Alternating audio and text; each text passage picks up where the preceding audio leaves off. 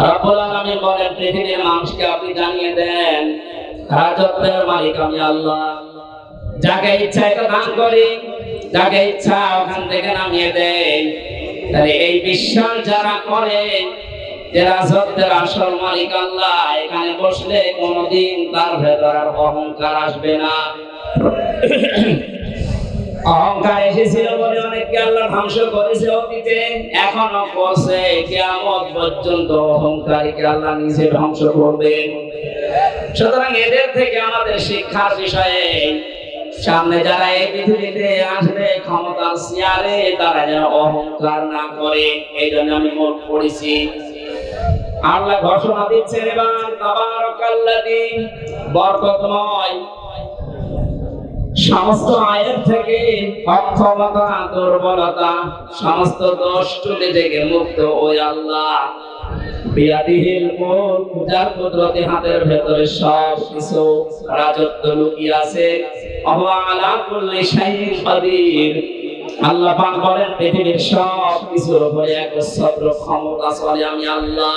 জয় বলেন সুবহানাল্লাহ।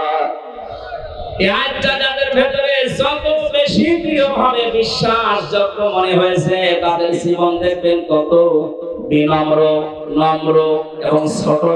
এভাবে নিজের জীবনকে তারা চালাতে চায়। যারা বিশ্বাস করে যে না, সব কিছুর উপরে একজন ক্ষমতা চালাচ্ছে, এ মানুষটা জীবনেও কোনোদিন অহংকারী, তাকাব্বুরি নিজের ভেতর থেকে প্রকাশ করতে পারবে না। আল্লাহ এরকম বান্দাদের ভেতরে আমাদেরকে শামিল করেন, বলেন আমিন। আমিন। এতক্ষণ পর্যন্ত আল্লাহ নিজের পরিচয় তুলে ধরছিলেন, বড়ত্বের, মহত্বের, বিশালত্বের। হঠাৎ তিনি আলোচনার ধরন পাল্টিয়ে ফেললেন। আল্লাযী খালাকাল মাউতা ওয়াল হায়াতা লিয়াবলুয়াকুম আইয়ুকুম আহসানু আমালা। আমি এই যে তাবারাকার ব্যাখ্যায় হাজার হাজার শব্দ ইবনে কাসির আর ফি জিলালিল কোরআনে পেয়েছি। আল্লাহর বড়ত্বের কথা, মহত্বের কথা, বিশালত্বের কথা তিনি সেখানে বর্ণনা দিয়েছেন।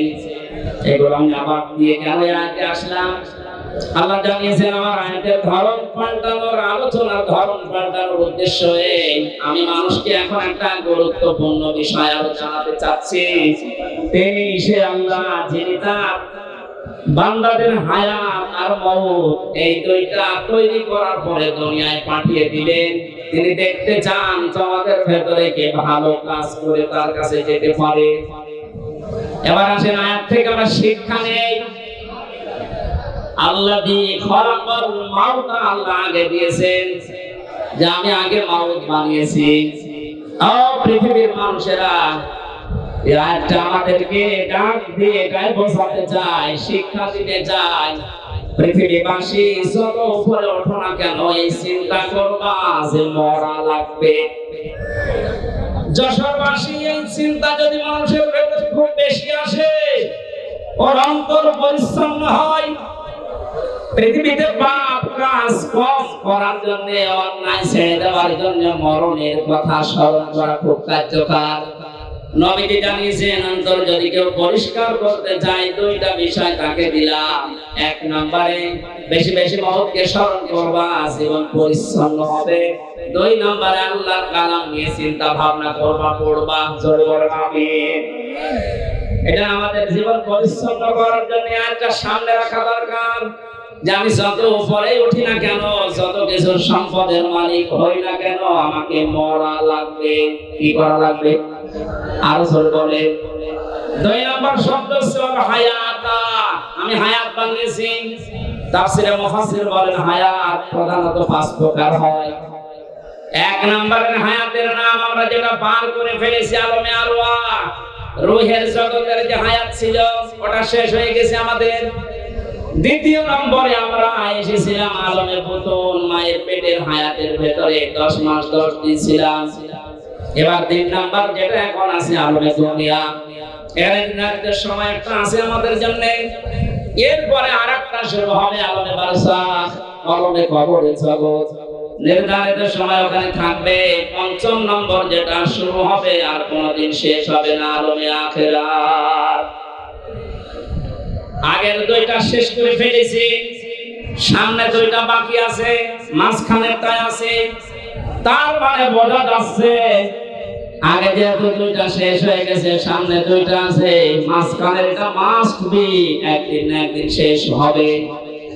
কথা বলে না কেন?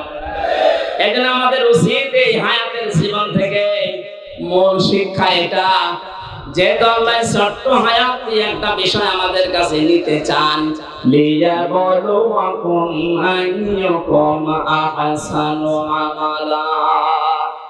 আমি আল্লাহ দেখতে চাই তোমাদেরকে পরীক্ষা করে দুনিয়ার জীবন থেকে কে ভালো কাজ করে আমার কাছে আসতে পারো। আল্লাহ কিন্তু আকসার আমালা দেননি যে আমি বেশি বেশি কাজ চাই, না, আহসানু আমালা, আমি ভালো কাজ চাই।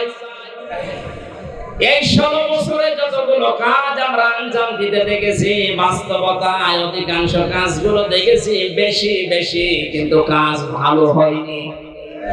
এর বাস্তব প্রমাণ কুষ্টিয়া মেডিকেল কলেজ এত টাকা পয়সা খরচ করে এত বিশাল এরিয়া নিয়ে বানিয়েছে, কাজটা বেশি আমরা দেখতে পেয়েছি, কিন্তু কাজটা ভালো হয়নি। বানানোর আগেই ধসে পড়ে গেছে। বলেন নাউজুবিল্লাহ।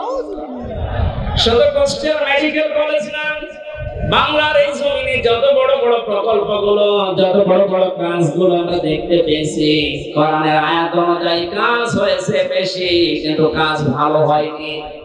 আল্লাহ বলেন আমি বেশি কাজ চাই না, আমি ভালো কাজ চাই। কি কাজ? বলেন বলেন। এখান থেকে একটা শিক্ষা পেয়েছি তাফসীরে, এটা আমি পেয়েছি সিরাজুল বারানে। আল্লাহ মামুনুল হক আমার পাশের রুমে ছিল 3টা বছর, ওনাকে নিয়ে সত্য গোলামি আমি বারবার জিজ্ঞাসা করেছিলাম, আল্লাহ ভালো কাজ চান, কাজ দিয়ে উনি কি করবে? আমরা এখানে সবাই জানি আমাদের যে ধাপগুলো আছে, মরণের পরে মরণ আছে, কবর আছে, হাসর আছে, মিজান আছে। কি আছে? মিজান। বলেন বলেন। মিজানের যে পাল্লার কথা আমরা জানি সবাই, কিয়ামতে আল্লাহ আমাদেরকে মাপ দেবেন মিজানের পাল্লায়। আমাদেরকে যে মাপ দেবেন কিসের পাল্লায়? আরো জোরে বলেন। মিজান মানে দাড়ি পাল্লা অনেকেই মনে করেন না, মিজান মানে মানদণ্ড, ন্যায় বিচারের মানদণ্ড।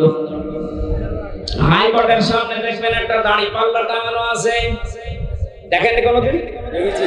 ওটা একদিকে মনে হয় ঝুলিয়ে থাকে, দুই দিকে সমান। বাংলার 18 কোটি মানুষদেরকে দেশের সরকার বোঝাতে চায়, ইউনিয়ন থেকে শুরু করে জজ কোর্ট পর্যন্ত যদি ন্যায় বিচার নাও পাও, এখানে আসলে যে দাড়ি বাংলা দেখতে পাচ্ছ, এখানে ন্যায় বিচার করা হবে। যদিও এটা আমরা দেখিনি। মিজান মানে দাড়ি পাল্লা না, আমি কোন জায়গায় অবধান পাইনি। মিজান মানে মানদণ্ড।